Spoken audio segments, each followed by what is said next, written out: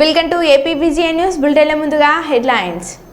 త్రాగునీరు చెరువులలో చేపల వేటపై కౌన్సిలర్ల ఆగ్రహం.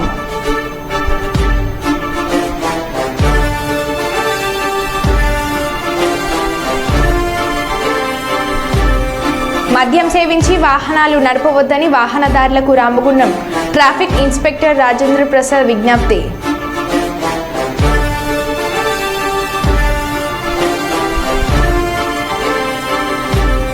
కాంగ్రెస్ పార్టీ శ్రేణుల సంబరాలు.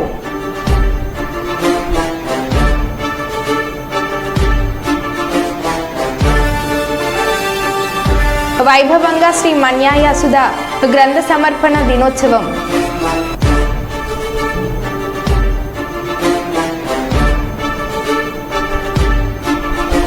మల్లికార్జున స్వామిని దర్శించుకున్న తెలంగాణ డిప్యూటీ సీఎం మల్లు బట్టి విక్రమార్క దంపతులు.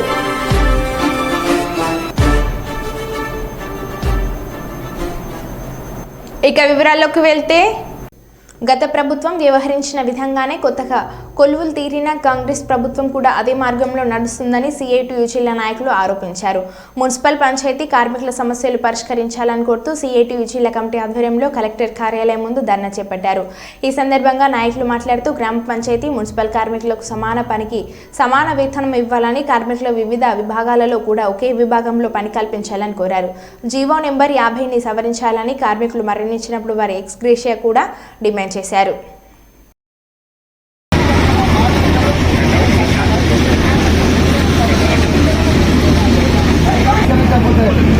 ఇంతమంది మనం ధర్నా చేసినాం, బంద్ చేసినాం, రాష్ట్రాలతో చేసినాం, సమ్మె చేసినాం. కాంగ్రెస్ ప్రభుత్వం మన కార్మికుల కోసం ఆలోచన చేసి ఇంతమంది ఇచ్చిన హామీలను ఖచ్చితంగా అమలు చేసి కనీస వేతనం నిలబడి అట్లాగే ఉద్యోగం పడిపోతే మన సమస్యలు పూర్తిగా పరిష్కరించాలని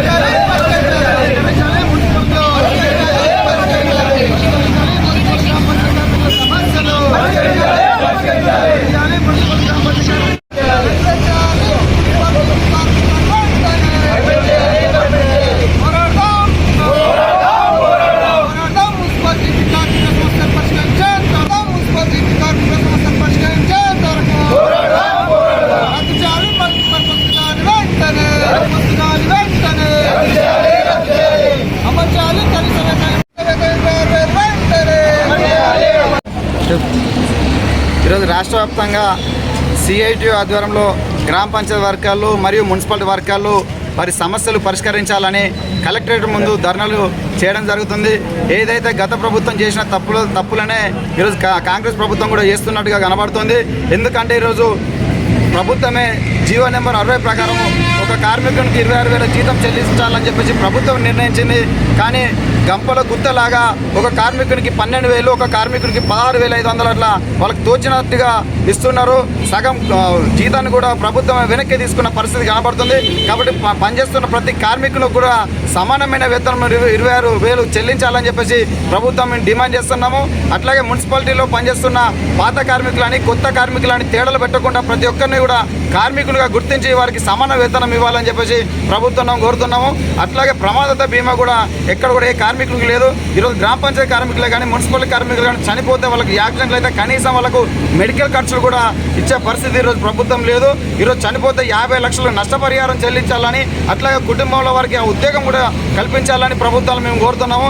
ఎన్ని ప్రభుత్వాలు మారినా సిఐటియు రాష్ట్ర కమిటీ పిలుపులో భాగంగా మున్సిపల్ కార్మికుల సమస్యలు, అదేవిధంగా జీపీ కార్మికుల సమస్యలు పరిష్కరించాలని ఈరోజు జిల్లా కలెక్టరేట్ కార్యాలయం ముందు ధర్నా నిర్వహించడం జరుగుతుంది.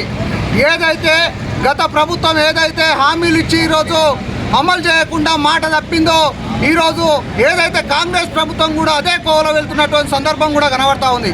ఏదైతే వీళ్ళు మున్సిపల్ కార్మికులు కావచ్చు, జీపీ కార్మికులు కావచ్చు, వాళ్ళ కనీస వేతనం 26,000 ఇవ్వాలని చెప్పేసి అడుగుతూ ఉంది.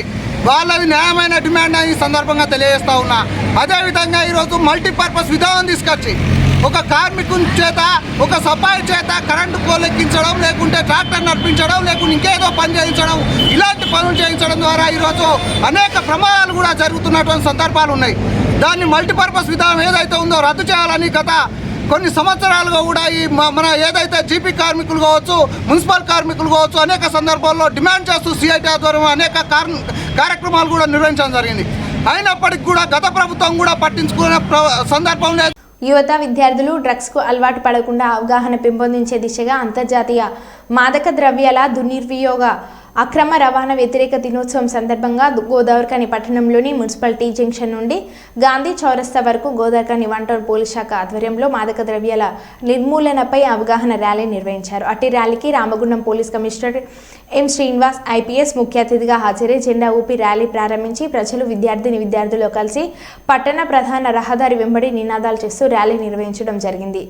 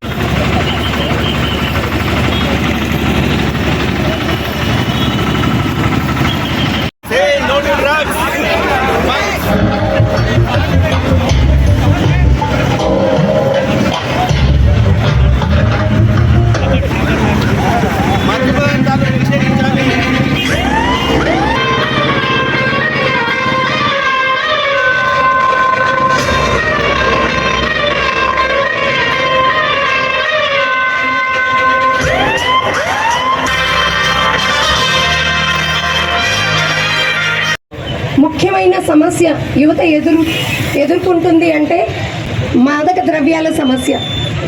ఈ మాది గల్లీలో ఇది కనిపిస్తూ ఉంది. పిల్లలు యువత నిర్వీర్యం అయిపోతున్నారు.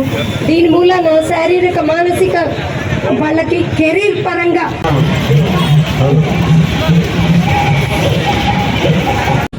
అందరికీ నమస్కారం.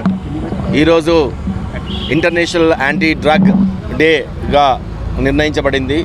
దీనికి సందర్భంగా రాష్ట్ర వ్యాప్తంగా నార్కోటిక్స్ డిపార్ట్మెంట్, తర్వాత పోలీస్ డిపార్ట్మెంట్, టీన్యాబ్ అంటే టీన్యాబ్ అనేది స్పెషల్గా ఇక్కడ మన తెలంగాణ రాష్ట్ర ప్రభుత్వము సపరేట్గా యాంటీ డ్రగ్లని మొత్తం నిర్మూలించడానికి ఒక సంస్థను ఏర్పాటు చేసింది, ఒక వింగ్ని ఏర్పాటు చేసింది. ఆ వింగ్ ఆధ్వర్యంలో రాష్ట్ర ప్రభుత్వం ఆధ్వర్యంలో ఇంటర్నేషనల్ డేని ఇక్కడ నిర్వహించుకుంటున్నాము. దాంట్లో భాగంగా ఈరోజు అవేర్నెస్ క్రియేట్ చేయడానికి ఎవరు డ్రగ్స్ వాడకూడదు, డ్రగ్స్ అనేది చాలా ప్రమాదకరమైంది, తర్వాత ఒక్కసారి దానికి అలవాటు పడితే దాన్ని తప్పించుకోవడం ఎవరి తరం కాదు.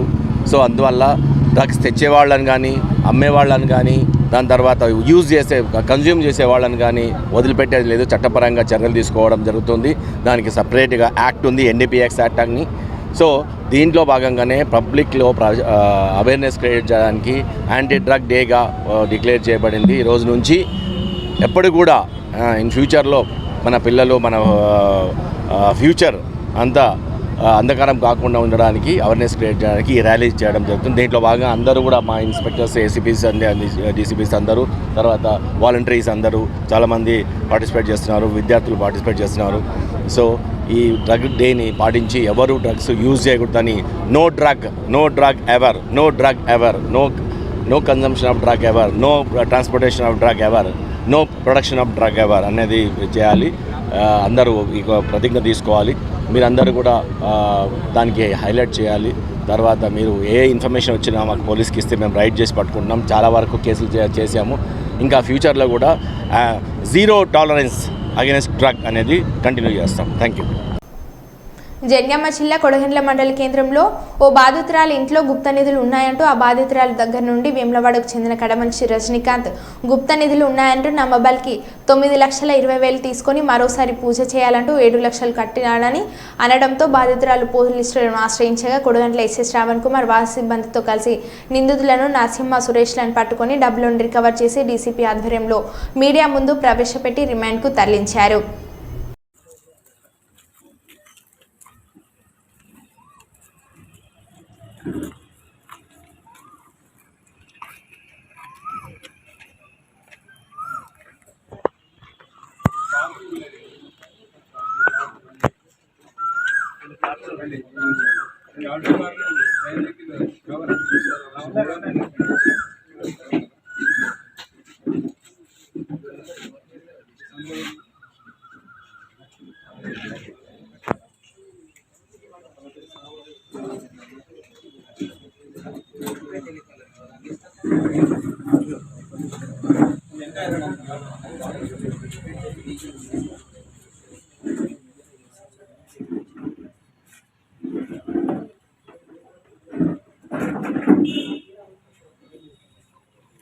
తీస్తే గానీ మీ ఇంట్లో శాంతి రాదు, లేకుంటే మాత్రం మీ ఇంట్లో ఇంకా చాలా మంది చనిపోతారని అంటే అతని మాటలు నమ్మి ఈసారి ఏం చేస్తే బాగుంటుంది అని చెప్పేసి ప్రాధాయపడుతుంటూ 1,75,000 చెల్లిస్తే యాదగిరిగుట్టలో ఒక షాప్లో ఒక పౌడర్ దొరుకుతుంది.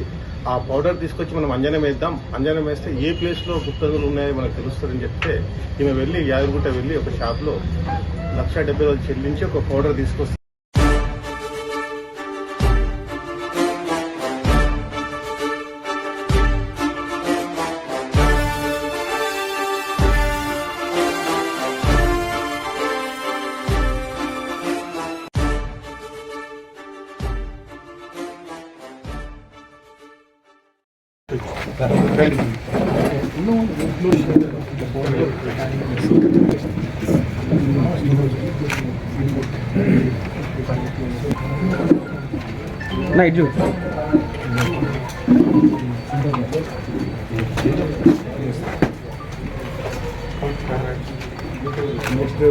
రాజ్కుమార్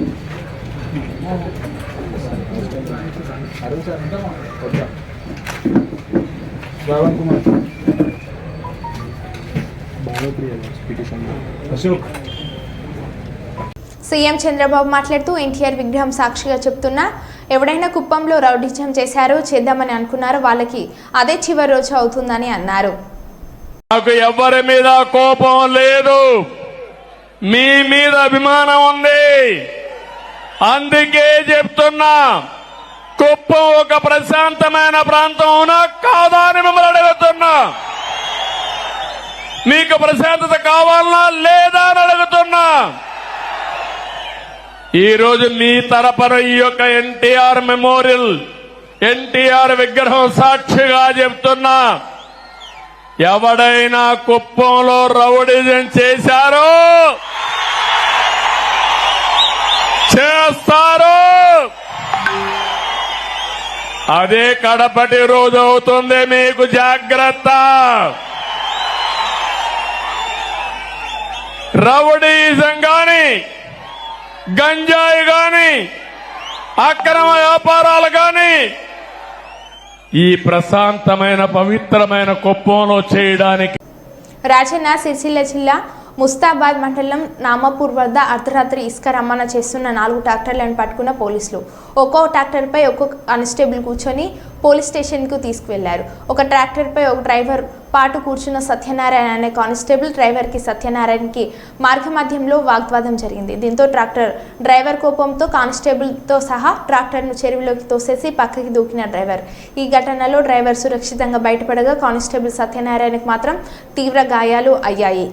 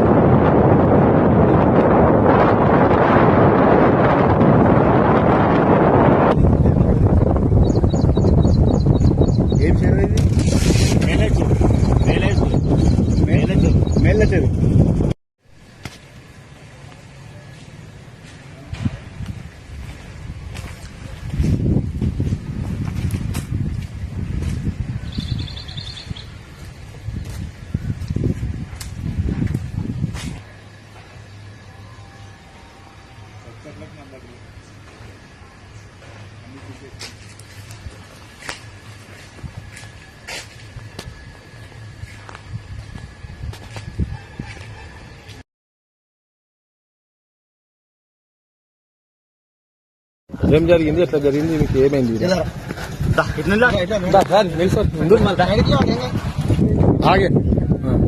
ఈరోజు పొద్దున నాగపూర్ గ్రామంలో మేలేచూరు కట్ట దగ్గర చెల్లపట్టి కనబడ్డది పొద్దున. అయితే ఈరోజు పొద్దున కనబడుతుంటే నాకు సమాచారం ఇచ్చారు. ఆ సమాచారం ప్రకారం మేము వచ్చి చూసాము. ఇక్కడ ట్రాక్టర్ లోపల ఉంది. కాకపోతే ఏమైంది ఏమన్నది పూర్తిగా మాకు వివరాలు ఏం తెలియదు. పోలీసులకు తెలిసి కాకపోతే ఏంటంటే ట్రాక్టర్ కనబడుతుంది. బయట చూసేవారికి అన్ని రకాలుగా అయితే కనబడుతుంది. మరి ఎవరికి గాయాలైనా ఏందన్నది కూడా మాకు పూర్తి సమాచారం. పొద్దున్నే అందరూ వచ్చి విలేజ్లలో చూసుకున్నారు. మేము కూడా చూసుకున్నాం. ఏం ట్రాక్టర్ అంటే వట్టి ట్రాక్టర్ అనుకుంటుందా? మేము ఇసుక ట్రాక్టర్ అనుకుంటున్నాం. ఇసుక ట్రాక్టర్ కావచ్చు. ఆ ఘటనకి వస్తుంది కాబట్టి రాత్రి బాగా ఇసుక ట్రాక్టర్ నడుపుతుంది. ఇసుక ట్రాక్టర్ పోలీసు మరి ఎప్పుడవచ్చే అంటే మాకు తెలిసిన సమాచారం మాకు తెలిసిన సమాచారం ప్రకారం దాని మీద కానిస్టేబుల్ ఉన్నట్టు తెలుస్తుంది. మరి గాయాలైంది ఎవరికి అన్నది మాత్రం పూర్తి వివరాలు మాకు తెలుస్తుంది. మాదక ద్రవ్యాల దుర్వినియోగం అక్రమ రవాణాకు వ్యతిరేకంగా అంతర్జాతీయ దినోత్సవం సందర్భంగా పోలీసులు సుల్తాన్బాద్ పోలీస్ స్టేషన్ నుండి ప్రత్యేక ర్యాలీ నిర్వహించారు. పోలీసుల ఆధ్వర్యంలో ఏర్పాటు చేసిన ఈ ర్యాలీలో పట్టణంలోని వివిధ విద్యా సంస్థల విద్యార్థులు, ఉపాధ్యాయులు, అధికారులు స్వచ్ఛందంగా పాల్గొన్నారు. పట్టణ కేంద్రంలోని పోలీస్ స్టేషన్లో డ్రగ్స్కు వ్యతిరేకంగా నినాదాలు చేసిన అనంతరం స్థానిక పూసల చౌరస్తా, అంబేద్కర్ చౌక్ మీదుగా విద్యార్థులు అధిక సంఖ్యలో ర్యాలీలో పాల్గొన్నారు.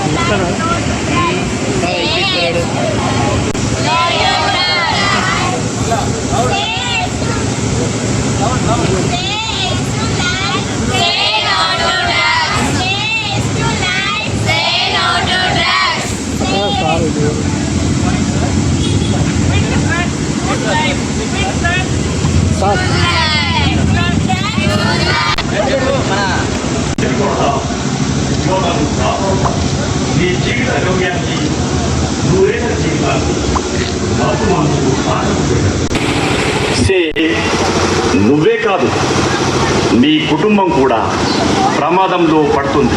మాదక ద్రవ్యం సేవించకు, మా నుండి నువ్వు దూరం కాదు.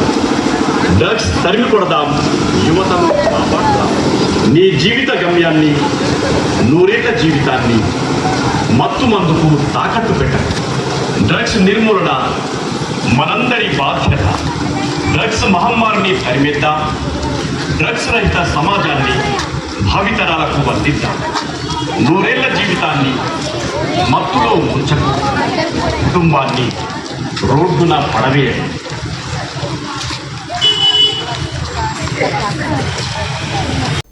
కరీంనగర్ జిల్లా కేంద్రంలోని ప్రభుత్వ ఆసుపత్రి ముందు hospital workers and employees union TUCC ఆధ్వర్యంలో ధర్నా చేపట్టారు. అనంతరం యూనియన్ గౌరవ అధ్యక్షులు బండారి శేఖర్ మాట్లాడుతూ ప్రభుత్వ ఆసుపత్రిలో పనిచేస్తున్న sanitation, patient care, security guard కార్మికులకు గత 2 నెలలుగా వేతనాలు లేక తీవ్ర ఇబ్బందులు పడుతున్నారని ఆవేదన వ్యక్తం చేశారు.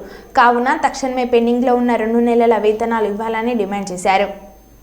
చెప్పేసి PG, PSC ముందు ధర్నా చేయడం కోసం భారతీయ జనతా యువమోర్చా నాయకులు మన రోజున నిరుద్యోగులకు అండగా నిలబడుతున్న ఉద్దేశం కొద్దీ ధర్నా కార్యక్రమం చేస్తే ఈ రాష్ట్ర ప్రభుత్వం యువమోర్చా నాయకుల మీద దాడులే కాకుండా ఎలాంటి ఉద్యోగ అవకాశాలు లభించకుండా కాలం గడుపుతుంది. తెలంగాణ రాష్ట్రం ఏర్పడిన తర్వాత కాంగ్రెస్ వాళ్ళతో ఉన్నటువంటి వ్యవస్థ కథలు చూసినాము. దాని తర్వాత తెలంగాణ ఏర్పడిన తర్వాత ఈ యొక్క TRS ప్రభుత్వం ఇప్పుడు BRS పార్టీ ఉన్నటువంటి ఆ రోజు నిరుద్యోగులకు ఉద్యోగాలు కల్పిస్తామని చెప్పేసి, ఇంటికి ఉద్యోగం అని చెప్పేసి మాయమడినటువంటి TRS ప్రభుత్వం మాట నమ్మి ఆ రోజు ఓటేసి TRS పార్టీని ప్రభుత్వంలోకి ఏర్పాటు చేస్తే ఈ TRS పార్టీ నిరుద్యోగులకు అందరికి ఇబ్బంది పెడుతుందని చెప్పేసి కాంగ్రెస్ నాయకులు మోసపూరిత మాట చెప్పి తెలంగాణ రాష్ట్రంలో నిరుద్యోగులు నమ్మిన తర్వాత ఈ యొక్క కాంగ్రెస్ ప్రభుత్వాన్ని కూడా ఒక రాష్ట్రంలో అధికారి కలిగారు. దాని తర్వాత ఇన్ని రోజులు 6 నెలలు అయినప్పటికీ కూడా తెలంగాణ రాష్ట్రంలో ఒక ఉద్యోగ అవకాశం కూడా ఈ యొక్క కాంగ్రెస్ ప్రభుత్వం కల్పించలేదు. మా యొక్క డిమాండ్స్ ఏంటంటే ఈ గ్రూప్ 1 ఫిలిమ్స్లో 1:50 కాకుండా 1:100 చేయాలని చెప్పేసి, దాంతోపాటుగా గ్రూప్ 2, గ్రూప్ 3లో అధిక ఉద్యోగాలు కల్పించాలని చెప్పేసి డిమాండ్ చేస్తున్నాం. దాంతోపాటుగా జాబ్ క్యాలెండర్ వెంబడి విడుదల చేయాలి. ఇక మరీ ముఖ్యమైన విషయం ఏంటంటే తెలంగాణ రాష్ట్రంలో DSC అనేది మర్చిపోయి 25,000 ఉద్యోగాలు ప్రభుత్వ హాస్పిటల్లో పనిచేసినటువంటి శానిటేషన్, పేషెంట్ కేరు, సెక్యూరిటీ గార్డులకు గత 2 నెలలుగా పెండింగ్ లో ఉన్నటువంటి వేతనాలు ఇవ్వాలని చెప్పేసి అనేక సందర్భాల్లో ఇక్కడ ఉన్నటువంటి సూపరింటెండెంట్ గారికి, అదేవిధంగా కాంట్రాక్ట్ యాజమాన్యాన్ని కూడా విన్నవించడం జరిగింది, లేఖలు ఇవ్వడం జరిగింది. అయినప్పటికీ కూడా 20 రోజులు అవుతా ఉంది. 20 రోజుల నుండి అనేక ప్రయత్నాలు చేస్తున్నప్పటికీ కూడా ఇటు అధికారులు, అటు కాంట్రాక్ట్ యాజమాన్యం పూర్తిగా కార్మికుల పట్ల నిర్లక్ష్యంగా వ్యవహరిస్తున్నది. దీన్ని తీవ్రంగా ఖండిస్తా ఉన్నాం. 542 పడకల గదులున్న హాస్పిటల్ కి 332 పడకల గదులకు బిల్లు మాత్రం వచ్చింది. మరి మిగతా 210 పడకల గదులకు బిల్లు ఎందుకు రాలేదు? ఎవరి పొరపాటు జరిగింది? ప్రభుత్వం నుంచి మొత్తం బిల్లు వచ్చినప్పటికీ కూడా ఈరోజు ఉద్దేశపూర్వకంగా ఈరోజు అటు కాంట్రాక్ట్ యాజమాన్యం కావచ్చు, లేదంటే ఇక్కడ ప్రభుత్వ హాస్పిటల్ అధికారులు కావచ్చు, వీళ్ళ నిర్లక్ష్యం వల్ల కార్మికులకు 2 నెలల 25 రోజులుగా జీతాలు లేవు. ఇంకొక వారం రోజులు అయితే 3 నెలలు అవుతుంది జీతాలు లేక. ఈరోజు అన్ని స్కూల్స్ ప్రారంభమైనాయి. వాళ్ళ పిల్లలు ఉన్నారు. పిల్లలకు పుస్తకాలు, బట్టలు, పెన్నులు, స్కూల్ బ్యాగులు, స్కూల్ ఫీజులు, ఈ రకంగా అనేక రకాలుగా కార్మికులు ఇబ్బందులు పడతా ఉన్నారు. అంతేకాదు రూమ్ ఓనర్లు 2 నెలల నుంచి కిరాయి కట్టకపోతే మీరు ఖాళీ చేయాలని చెప్పేసి కూడా వేధిస్తా ఉన్నారు. కాబట్టి ఇప్పటికైనా ప్రభుత్వ యంత్రాంగం, అటు కాంట్రాక్ట్ యాజమాన్యం కూడా తక్షణమే ఈ కార్మికుల పెండింగ్ వేతనాలు ఇచ్చే విధంగా చొరవ తీసుకోవాలి. లేకపోతే జిల్లా కలెక్టర్ కార్యాలయం ముందు భారీ ఎత్తున ఆందోళన చేస్తామని చెప్పేసి సందర్భంగా హెచ్చరిస్తున్నాం. ఇప్పుడు సూపరింటెండెంట్ గారు కూడా వచ్చారు. వారికి దరఖాస్తు కూడా పెండింగ్ వేతనాలు. కుప్పంలో సొంత ఇంటి పనుల నిర్మాణానికి పనులు పరిశీలించిన సీఎం చంద్రబాబు. ఇంటి నిర్మాణం పనులను ఇంజనీరింగ్ ద్వారా తెలుసుకున్న సీఎం చంద్రబాబు వెంట ఎమ్మెల్సీ కంచెల శ్రీకాంత్, స్థానిక నాయకులు.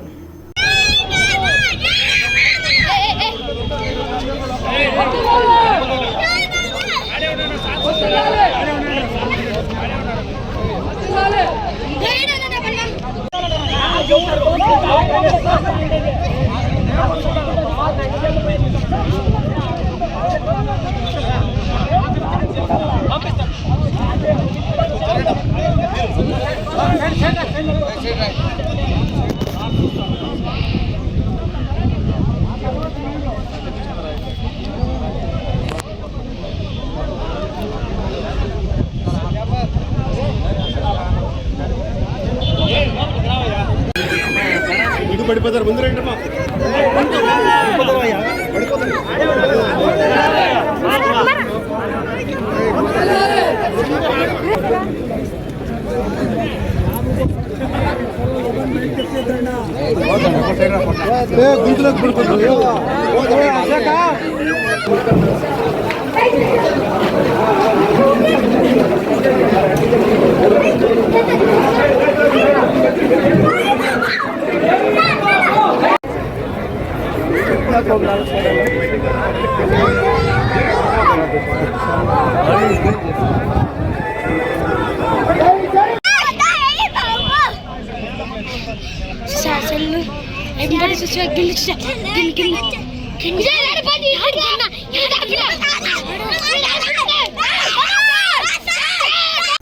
కర్నూలు జిల్లా ప్రసిద్ధ పుణ్యక్షేత్రం మంత్రాలయం శ్రీ రాఘవేంద్ర స్వామి మఠంలో శ్రీ మన్యేద సుధా పరిమళ గ్రంథ సమర్పణ వేడుకలను అత్యంత వైభవంగా నిర్వహించారు. మంగళవారం పీఠాధిపతి శ్రీ సుబుధేంద్ర తీర్థుల ఆధ్వర్యంలో శ్రీ మన్యేయ సుధా పరిమళ గ్రంథాలు సమర్పణ దినోత్సవం సందర్భంగా శ్రీ జయతీర్థుల చిత్రపటాన్ని స్వర్ణరథంపై ఉంచి ప్రత్యేక పూజలు చేసి మఠ ప్రకారంలో అశేష భక్తుల నడుమ ఘనంగా ఊరేగించారు.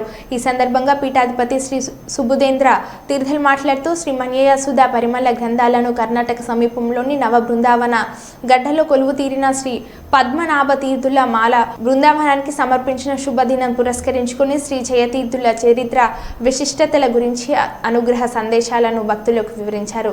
అనంతరం భక్తులకు శ్రీమఠం పండితులకు భక్తులకు ఫల పుష్ప మంత్ర అక్షింతలు ఇచ్చి ఆశీర్వదించారు.